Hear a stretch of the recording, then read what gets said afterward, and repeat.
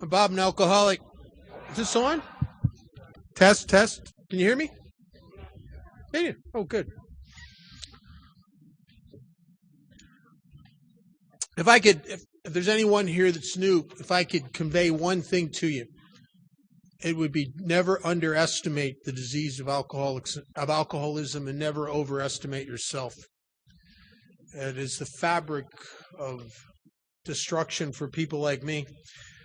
You know, in the beginning of chapter 3, it says something. It's kind of a universal statement. It says most of us have been unwilling to admit we were real alcoholics. There's something uncanny about this disease. It's the only disease I know of that keeps telling you ain't got it. It's even after several treatment centers where I'd been finally intellectually bludgeoned into an acceptance that I'm alcoholic, even then, I'm like a special kind of alcoholic. You know what I mean? My sponsor talks about if there was one banner that we could all rally under, it would be, my case is different.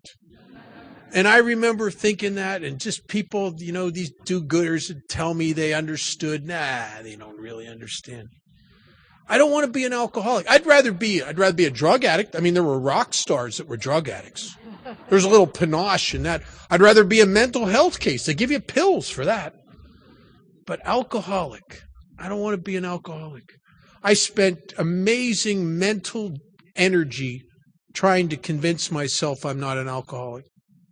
And the book goes on to say that no person likes to think he is bodily and mentally different from his fellows. And that is a condition that's always going to be true for me. Even though in step 10 it says that by now sanity will have returned, but it's contingent on the maintenance of my spiritual condition.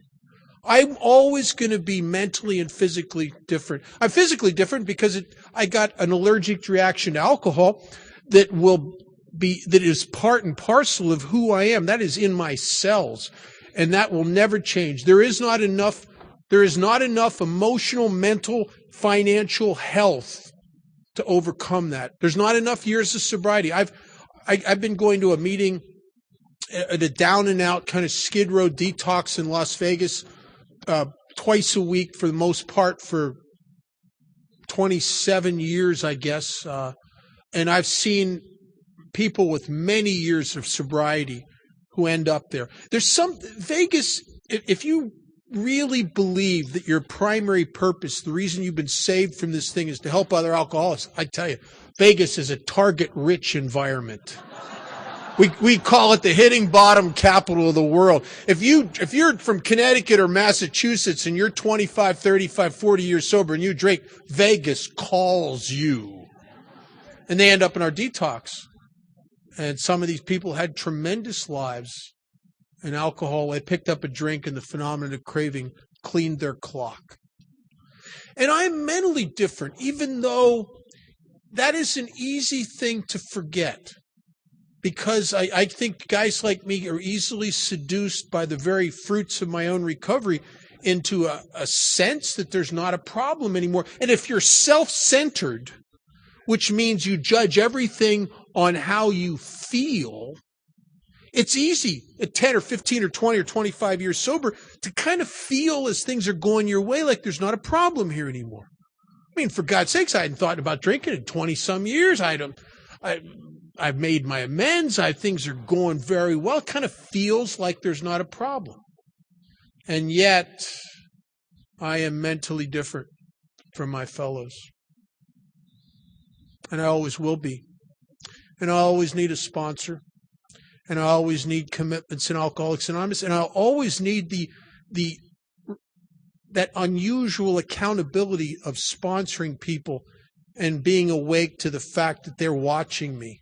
And I'm the only example of AA they'll ever see. I need the accountability on both ends from my sponsor and my sponsees. And I'll need it all because I get weird quick. And I don't know that I get weird. When I get weird, I don't think I'm weird. I think you are. And I should straighten you out. Because somebody has to. So I get weird quick.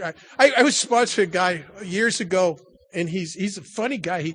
He's very intelligent. He's got 2 degrees. When I gave him that old Father Martin line he didn't think was funny, I said, thermometers have degrees, where they shove them sometimes. He didn't think that was funny. And he's a smart guy. And he says to me one day, he says, you guys, you're always talking about once an alcoholic, always an alcoholic, and it's that you're always going to need to do all this stuff. He says, in the book, it says that after you're sober for a while, you're normal. I said, I've read that book. I don't think I've ever seen that anywhere in there. He said, oh, yeah. I said, you better show me where this is, because I'm getting a little excited. I'm thinking this is going to be good. He says, on page 22. And I says, where? And he says, right at the bottom of the page. So we turn to page 22, and here's what he thinks says that after you don't drink for a while, you're normal.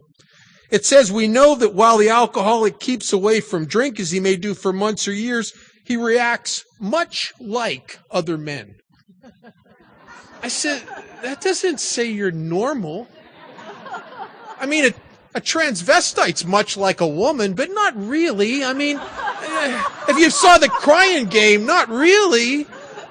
What it's saying is contingent on the maintenance of my spiritual condition. If I'm doing everything I'm supposed to do and I'm having a good spiritual hair day, I go out in the world and fool everybody. I go out in the world and I don't feel like there's a problem here. They don't think there's a problem. I'm kind of fitting, getting along, being productive. But on a bad spiritual hair day is the kind of day, if you're like me, you just better keep your mouth shut. And because anything I say on a day like that, I'm probably going to regret. My daughter is not an alcoholic, and she is a great example to me of these subtle yet serious differences in my perception of life and my way of coming at it and the way she comes at it. And the way she comes at it normally. A while ago, she broke up a relationship that she'd been in for a while. And I'm her dad. I love her. And I got together with her and I was, I'm so sorry, Kate. I'm trying to say daddy kind of things to her, like, well, you got to kiss a lot of frogs to meet your prince. And, I'm just reaching for stuff. I'm just wanting her to feel better, get through this. And it was okay. And I went home that evening, and about close to a week later, I got together with her and we're having dinner, and I was excited to see her. I said, Kate, so how's it going? She says, oh, it's going okay, Dad. I said, no, the relationship breakup and everything. Oh, she says, oh, it's going fine, Dad. You got to move on. I'm going out with a guy next week. You can't wallow around in that kind of stuff. I'm done. I've moved on. And I looked at her, I said, you've moved on? Well, Kate, you couldn't have possibly got enough mileage out of that yet. And she thinks I'm funny. She starts laughing, right? If I'd have been I'd have gone to at least 30 meetings and brought it up as a subject. I'd have made my sponsor's eyes glaze over 5 or 6 times. I mean, but the book says something very interesting in chapter 5. It says that we are extreme examples of self-will run right, though we usually don't think so. See, my daughter doesn't want to take the extremes with stuff like that I will. I drink of that stuff like I drank alcohol. I am not a social feeler. I just take it to the wall. I get something right here and it's all I'll see for a while. And it is only the actions of Alcoholics Anonymous that seem to distract me from my extreme sense of myself. There was a great doctor back in the mid-40s who was asked by the American Medical Association to come to some Alcoholics Anonymous meetings and then report on the radio broadcast for the AMA what he found, what he thought we were. And a little piece of it's printed in the back of the big book, Alcoholics Anonymous, in the medical view of alcoholism. And Dr. Bill Baer said, after going to just a few meetings and looking at our literature, he saw us in a way that some of us can't see us. He said that we were people who knew that we must not drink. Some of us died knowing that. That's the countless futile attempts to prove we could drink like other people. And then he says we are people who throw ourselves into helping others with similar problems. And this is where he gets me. He says, and in that atmosphere of me throwing myself at helping other people with similar problems, he says the alcoholic will often overcome his excessive concentration upon himself. How did he figure that out just going to a couple meetings? I was 4 or 5 years sober before I got that that's what this is all about. It's for me to overcome this excessive concentration I have upon myself. I think everything we do in Alcoholics Anonymous is designed to get me off of me. Because I smother myself with myself. Just to get me off of me. Or as it says in the third step prayer, relieve me of the bondage of self. Alcohol did that for me at one time. I could remember walking into bars and parties. I shouldn't even be there. I'm too depressed to be around people. I can't even talk to anybody. After about 3 or 4 drinks, that thing that was between me and life itself would just sort of dissolve, and I could come out and play, and I could be free. And what an amazing thing. Alcohol really relieved me of the bondage of self upon a time. And then it turns on us. And when it turns on us, it's brutal. It talks about a delusion here that it says the idea that somehow, someday, I'll control and enjoy my drinking is the great obsession of every abnormal drinker. I think that was behind a lot of my relapsing. This idea that under the right set of circumstances, that I could again reap the enjoyment and the fun and the ease and comfort and the freedom that I'd once found in drinking, and reap it in a way that I could keep the damage down to something reasonable. I never was so deluded, I think, that I didn't think I was going to pay a price. My delusion is that I can control the price, that I can keep it in acceptable parameters of damage. And my last drunk, my second to last drunk, I was in a halfway house and I'd been sober about 3 months longer than I could stand it. And I just, oh my God, you just start, if you're like me, you start saying things to yourself like, for God's sakes, Bob, you've been going to these stupid meetings and cleaning those pots in that kitchen. You've been a really good sport up to now. And I just had to go. I just had to take a run. I still think that I can have some fun. And against the backdrop of this boring, depressing, lonely abstinence, the idea of going out and getting lit up with a bunch of guys, maybe meeting some girl, getting hooked up, the idea of that against the backdrop of my loneliness in this abstinence thing was seductive stuff. The problem is that I don't drink like that anymore. The problem is I drink and become full of self-pity. I drink, I'm pathetic. I drink in depression. I drink in, it's horrible. And I go on this run, and I got to tell you something. The best part of this drunk was the hour before it started.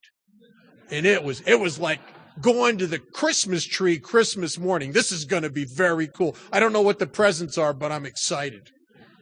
And I get into this bar that my buddy's telling me about, and it was a fantastic bar. Bands, pool room, it had everything. It had everything I liked in a bar.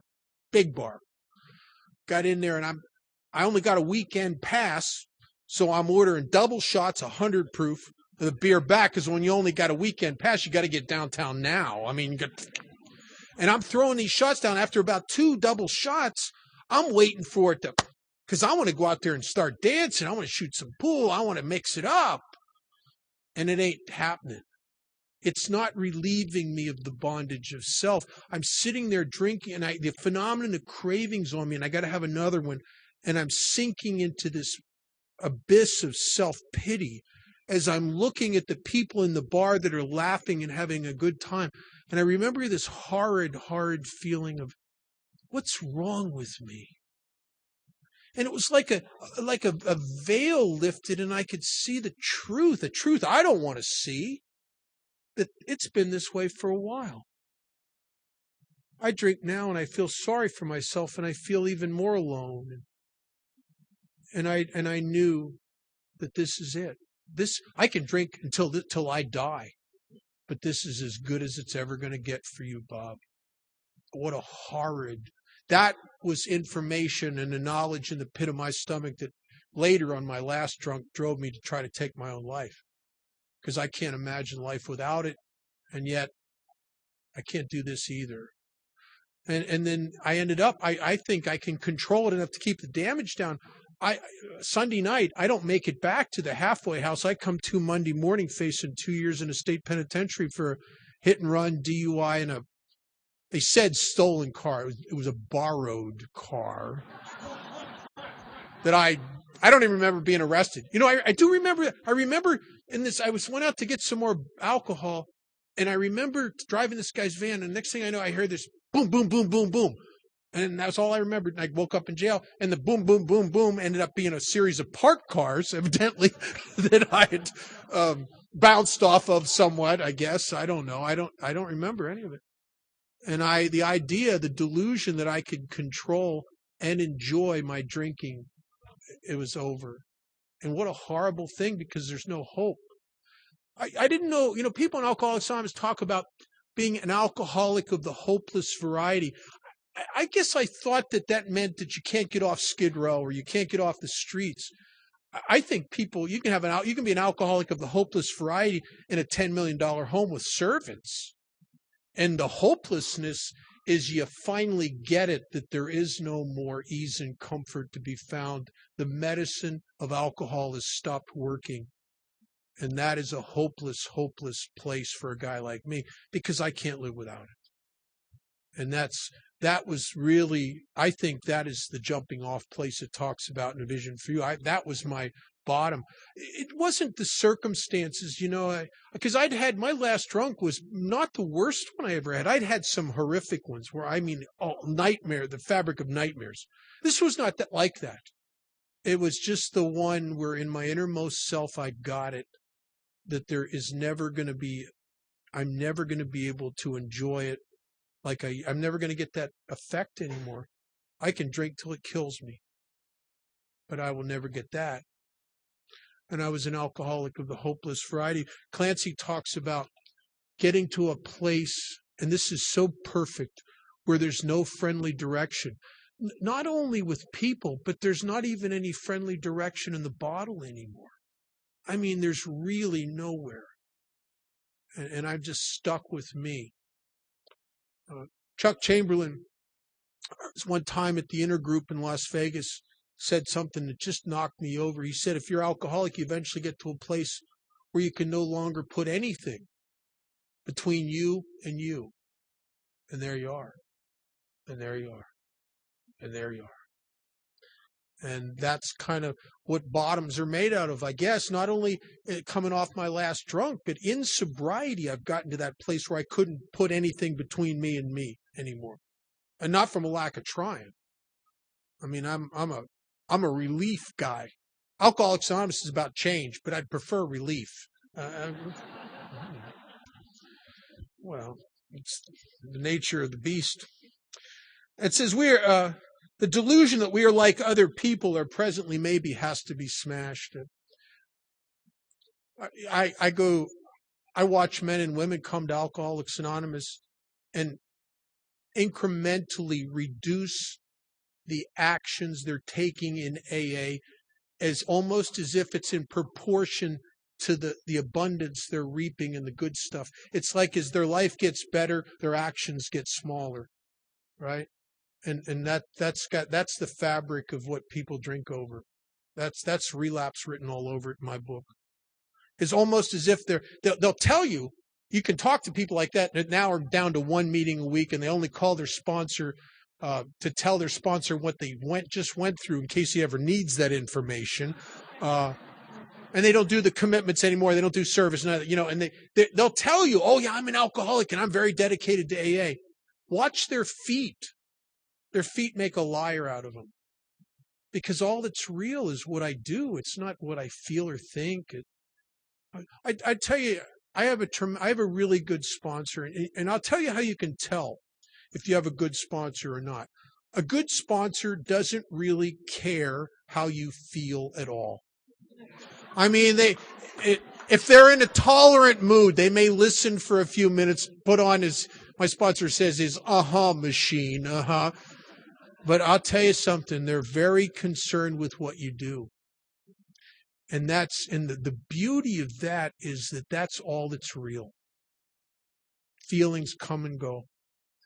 There have been times in my sobriety, there was a period, I'm not proud of this, between about 11 years and about 15 years. This is what sort of one of the things that got me to get Clancy as a sponsor, where I didn't even know it, but I was building a house of cards based on self-gratification, self-grandizement.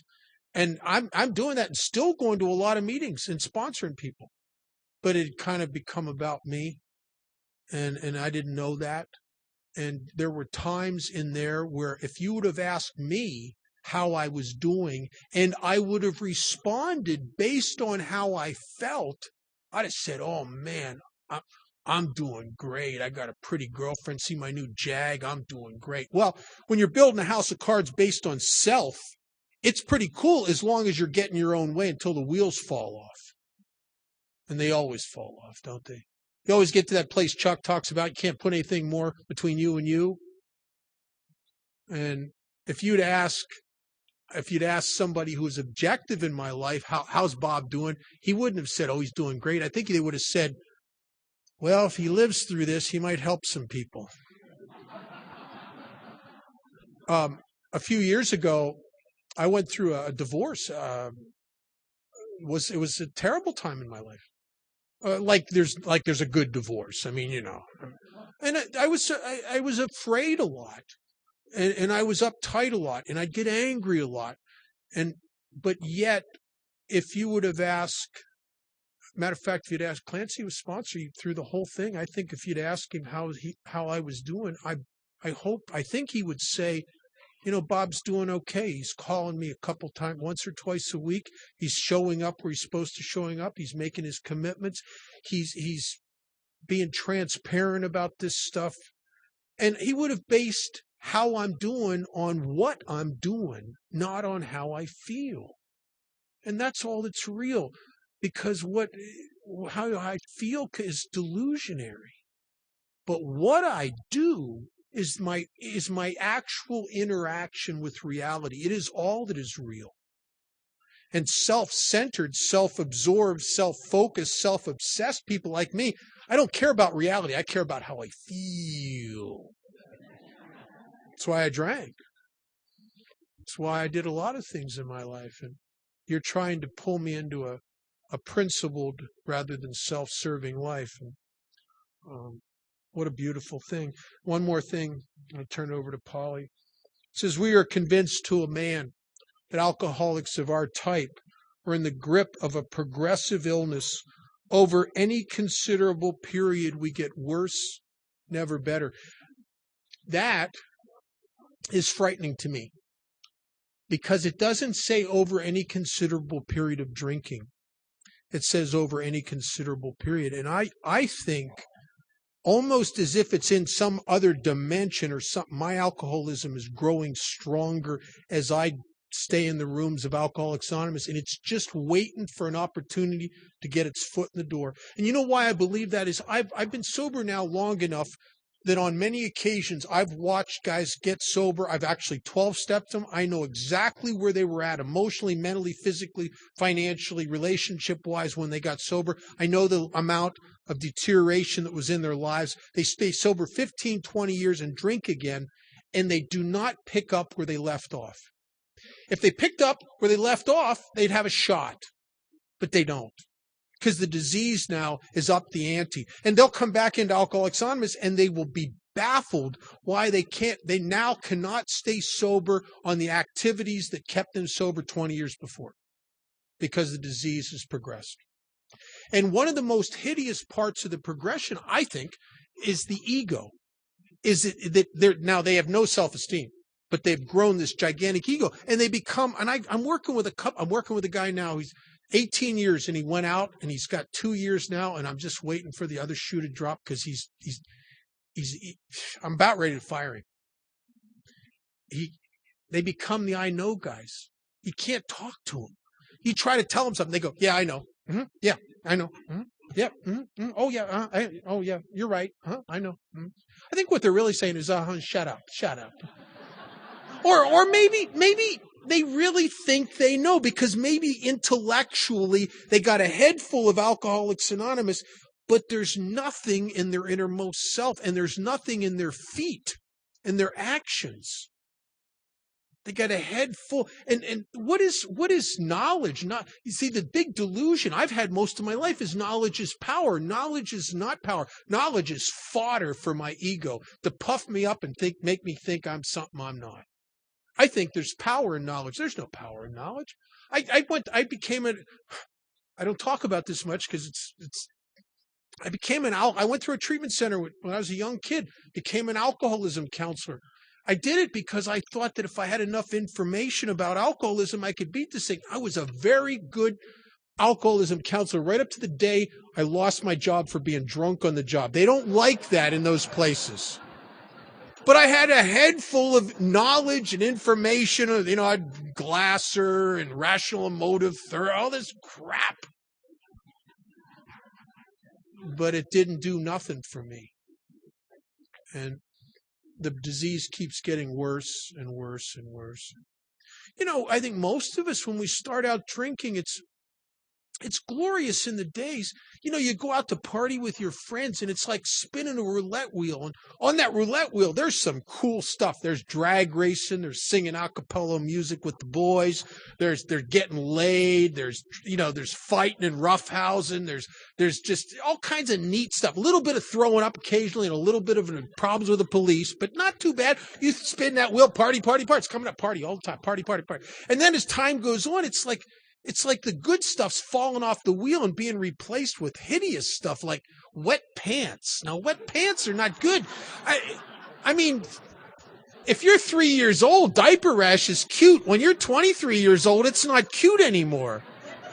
Oh, God. More and more arrests, lost jobs, broken relationships. That look that we see, I don't think anybody else ever sees that look. You'll see it in your mother and father sometimes. You'll see it in your wife or husband or boyfriend or girlfriend. It's a mixture of pity and contempt. It's that look of they just, I don't understand. What are you doing? It's a bizarre look. It cuts you right to the bone. We see that look a lot. Blackouts. Any blackout drinkers in here? I'll tell you, it's hard going through life when other people know more about you than you do. I never did nothing good in a blackout. Nobody ever came up to me the next day and said, "Oh, Bob, you were so helpful." You peed in our kitchen. You threw up in my living room. You hit on my wife. You sideswiped my car. You passed out my front lawn. The most hideous one. I'm on my way to the state liquor store in Pennsylvania, and I need a drink bad. I got the shakes, and I'm coming out of my skin, and some guy gets in my way and says, "Do you know you told everybody last night you beat Bruce Lee in a karate match?" And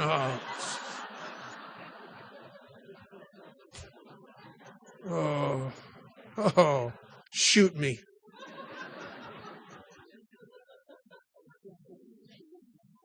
And then at the very end, it's like there is no fun. And I don't know why. How could something so beautiful have gotten so ugly? And it does. It's called alcoholism. Polly.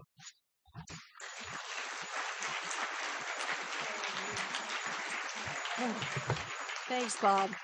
I want to just kind of piggyback on some of the stuff Bob said, and Bob's got a really good story we're going to end with tonight.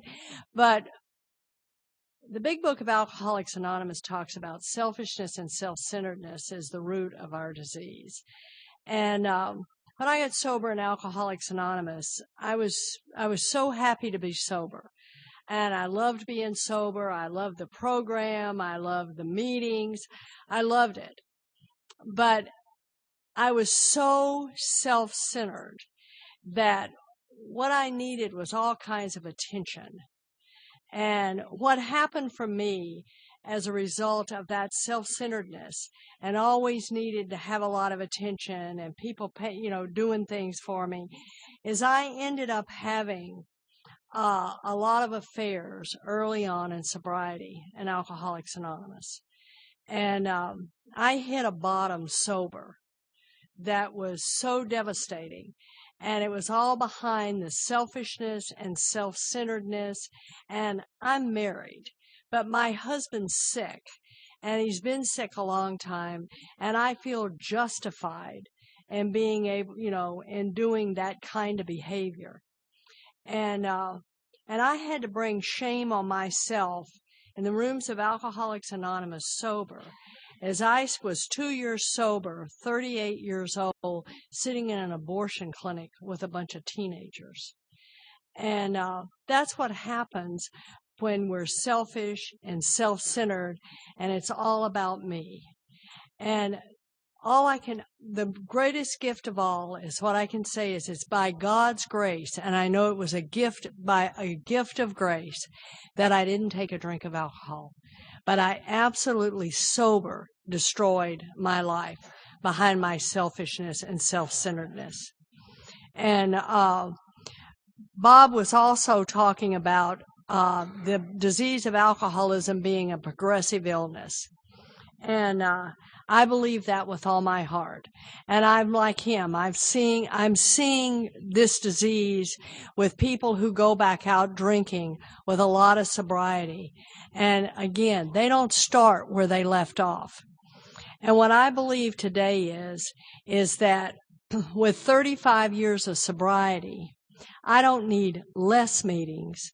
I need more meetings. I don't need less service. I need more service.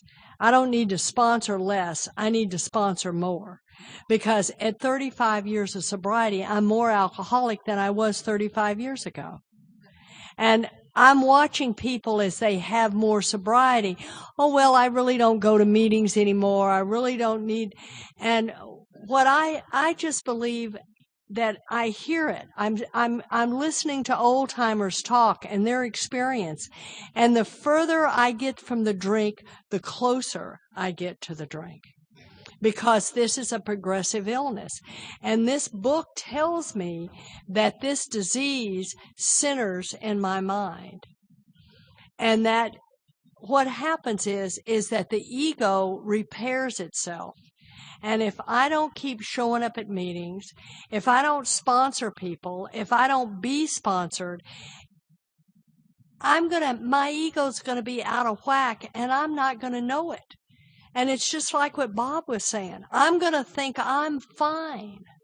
But the people who know me because I'm showing up are going to know I'm not fine. And that that I got to get in these meetings. I got to stay in these meetings. I got to do what needs to be done because I need to stay right-sized. Because this disease is selfish and self-centered.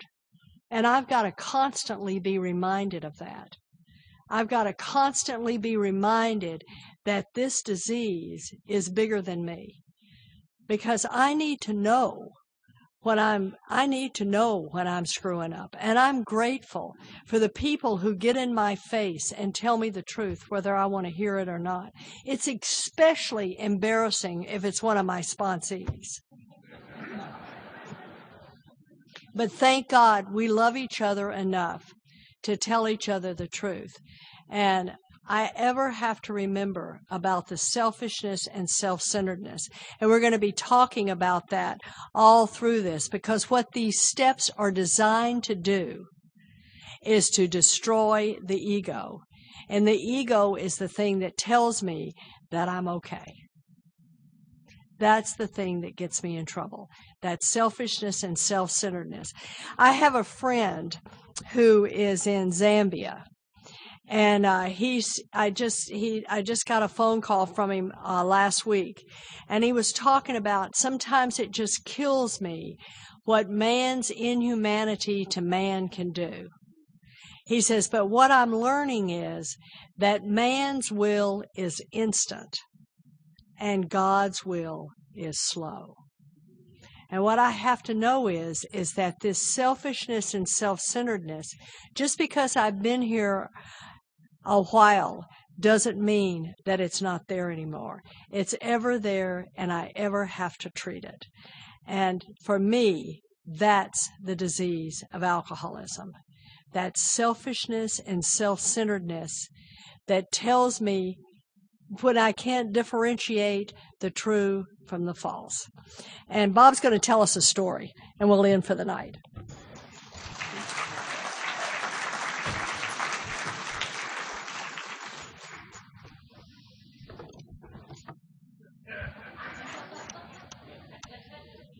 Man's will is, I love that. That's really good. Man's will is quick, with a sense of urgency. God's will is slow. Well, he's old. I mean, he's older than Clancy.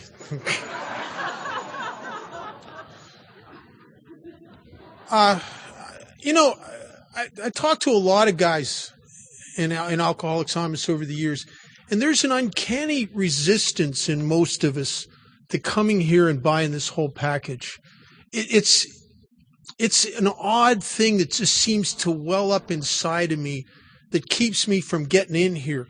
And it's almost like I have to have a major collapse inside and everything that is naturally prevents me from getting in here, it just seems to just deflate. I had a lot of problems with Alcoholics Anonymous. Well, for one, it's full of people. And I know sober, I was sober, I don't do well around people. I always thought I'd do a lot better at those meetings. They give you about a half a pint of vodka and let you go in there. I could share some stuff then. I'd fit a little better.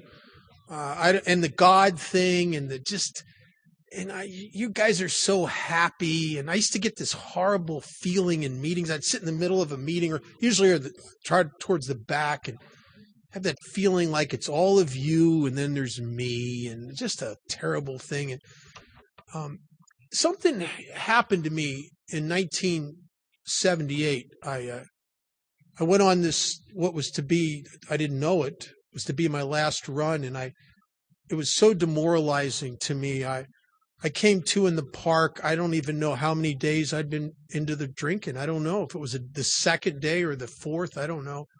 And I got the shakes already, the tremors. I shake like an old burnt out wino, and I feel pathetic. There's no relief in the bottle. I'm just so alone, and I can't even get high right anymore. I don't know what's wrong with me. And a doctor that previous year had given me a complete physical. I told him my real problem is I had a brain tumor. I really thought I did. I didn't. I had an ulcer and a hemorrhoid. And true story. I thought I had because of bleeding. I thought I had a brain tumor. But he told me something that should have been good information. He said, kid, you keep drinking, you're going to die. He said, but I was in my 20s. He said, you're young enough. It might take you 5 more years. And I came to in the park that day, and I remember thinking about, because I hung on to 5 more years. I remember thinking 5 more years. And I came to that day and thought 5 more years. And I thought, oh my God, I can't do 5 more days of this. And I made the decision to kill myself, and I couldn't do it because I'm a coward. I'm not afraid of dying. I'm really, the horror that gripped me is I might not, maybe this isn't high enough. Maybe I won't die. Maybe I'll end up paralyzed from the neck down in some charity ward as can't even get a drink sober, laying there for 50 years, listening to my head tell me what a piece of crap I am, as members of AA paraded their newcomers through the hospital room, and I got to hear them say, well, this is what happens to you when you don't find God and work our beautiful 12s, I'm paralyzed. I can't even give them the one finger salute, So I end up in Alcoholics Anonymous. There's a part in the book that's beautiful. It says we get to a place where there's nothing left. Nothing. I tried all the medications. I've been to the psych. Nothing. If it appeared on the radar as a possibility of something that helped me, I took a run at it. Nothing left. And I got into Alcoholics Anonymous, and I got a sponsor, and I got a home group, and I got out of detox, and I started doing all these things. And there's a woman, Judy Harris, who was a counselor in the detox that I went through. And she was also a member of my first home group, which was called the Floating Big Book Group. And I ran into her. I was about 3 months sober, maybe a little longer. And I ran into her, and she cornered me, and she asked me, she says, what happened to you? I said, what do you mean? She says, what happened to you? You're different. And I said, I don't know what you mean. She says, and she knew my whole story. She was my counselor. She said, you've been around Alcoholics Anonymous for all these years. She said, something's happened to you. What happened to you? And I said, I don't know what you mean. She says, I hear that you got Dick T as a sponsor. I said, I did. She said, you call him? I said, I call him every day. She says, he's a good guy. She says, I heard you took a position as a secretary of a meeting. I said, I did. I wasn't supposed to. You're supposed to be 6 months. They voted me in early. She said, I hear you signed up to go to the state penitentiary at Gene for that new meeting that's starting out there. I said, I did. I'm going out there. She said, every time I try to come off work, you're one of the guys bringing the meetings back into the detox. I said, yeah, I could come down here a couple times a week. She said, I heard you were praying. I got a little embarrassed when she said that. I said, well, I'm saying the words, and I don't know if there's a God. She said, but you're doing it, right? I said, yeah. She said, what happened to you? You never did any of that crap all the other times you were in AA. And I thought, my God, what happened to me? Because I'd been around Alcoholics Anonymous a bunch of times, but I never would do everything you suggested. And I thought, and I didn't know, because my last drunk was not the worst drunk. I don't know what happened to me. And, it's funny. Alcoholics Anonymous is a funny place. If you come to meetings, as I did for a number of years, and you act with your body language like, leave me alone, they will. I mean, the people will leave you alone. There's occasionally a guy who just stopped taking his meds won't. But for the most part, they'll leave you alone. If you just sit there like, leave me alone, they'll leave you alone. But you reach out for help, and you ask some people for help, and you indicate by your actions you want to be a part of, man, they're all over it. And they were all over it.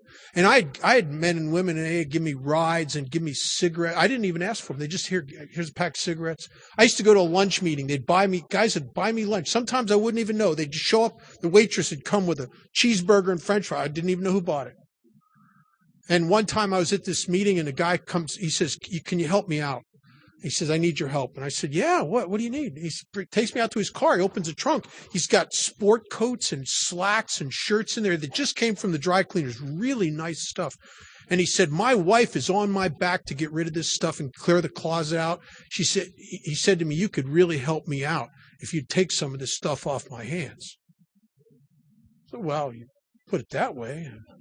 I mean, he knew that if he'd have said, let me help you, my pride might have gotten away. But he said, here. And I said, yeah. And in the trunk of the car was a box of books, not recovery stuff. This is not psychological stuff, just novels to read. And I read a lot. I still read 2-3 books a week. It's my entertainment. I'm more of a reader than a television guy. And gave me this box of novels. And I started reading one of these novels. And it was just a fictional story, but there was a part in the novel that blew my mind because it explained to me exactly what had happened to me. And it was an account of these scientists that were trying to understand the human brain. And they had discovered that in the human brain was a part, it had a long Latin name, but they referred to it in the book as the pleasure center. It's the part of the brain that allows you to experience the euphoria from alcohol and maybe drugs. It's where you get high. So they took these laboratory rats and they put 2 tiny wire filaments into the rat's pleasure center, and then they would pass a mild electric stimulus through those wires, and the rat would get high. So what they did is they hooked it up to a pedal in the rat's cage, and the rat would learn he could hit the pedal and get high. So the rat would just lay on the damn pedal. I mean, he didn't stop to sleep or eat you could even put rats of the opposite sex in there and he'd go, "Not now, baby, I'm partying." And he'd hit the pedal until he died, usually of exhaustion or sometimes of dehydration, because he doesn't even stop to drink water. Well, the scientists in short order understood that these rats were doing this till their death, so they'd start monitoring them. And they'd wait till a rat was just about dead, and they'd turn the juice off. Now that poor rat hits the pedal, and nothing happens, and he hits it again, and nothing happens, and again, and again, and again. And after countless attempts to turn that juice back on, the rat finally gets it that the party's over. And instead of being able to go back to a rat, the rat would curl up in a ball and lay on the floor of the cage to die, because without the juice, what's the point? And in 1978, I'm that rat. I'm reading that, and it's choking me up, because I know that's exactly what happened to me. I didn't come to Alcoholics Anonymous for sobriety. You know I didn't come here for a spiritual way of life, for God's sakes. I mean, I don't even believe in God when I got here. Matter of fact, if you'd have asked me when I got here what I wanted, I just would have wanted some relief. I didn't come here for any of that. And yet, years later, I come to realize, and I believe this with everything in me, that Alcoholics Anonymous is really not about getting you to quit drinking. Matter of fact, if it was, there'd be a part in the book somewhere that would say, "Into quitting," or, "It's time to stop now," or "Don't drink no matter what." It doesn't say that anywhere. You want to quit drinking, punch a cop. You're going to quit for a little while. Alcoholics Anonymous, I think, is designed to do one thing and one thing only, and that's to turn the juice back on. It is to create slowly and incrementally the same freeing effect that alcohol at one time did instantaneously. It's to set me free. If I'd have walked into in 1978, if on the day I got sober, if a genie would have popped out of a bottle and asked me to make a wish, I wouldn't have wished for sobriety. I'd have probably wished to be able, I would have said, "Listen, let me drink like I drank when I was 17, 18 years old again. Let me feel like that again. Give me 3 years. That kill me at the end of those 3 years, but give me those 3 years." Instead, I get a big book and a sponsor and a home group and some commitments. And little did I know that what I was getting by buying this whole package was the thing I resisted and yet secretly yearned for all my life, was that kind of freedom. I just want to get me off of me, that's all. I've never got me off of me 100% set 24/7. But I get me off of me intermittently in Alcoholics Anonymous through the actions that we take. And it's beautiful. I never imagined that AA could do for me what it has done in my life. That I could go to sleep at night and have a feeling most nights, if I'm doing what I'm supposed to be doing, that there's a rightness between me and the universe. That there's a rightness here, and I'm part of it, and it's good, and I didn't do it. Tomorrow morning, we're going to start sharing our experience on how to turn the juice back on. I think that's why we're here. I just want to get free of me and stay free of me. And if you're new, I hope you come back tomorrow. If you don't, I think you might have probably had enough. God, over 2 hours tonight. You probably thought, you've out-recovered yourself already, I would think. Thanks for listening. See you in the morning.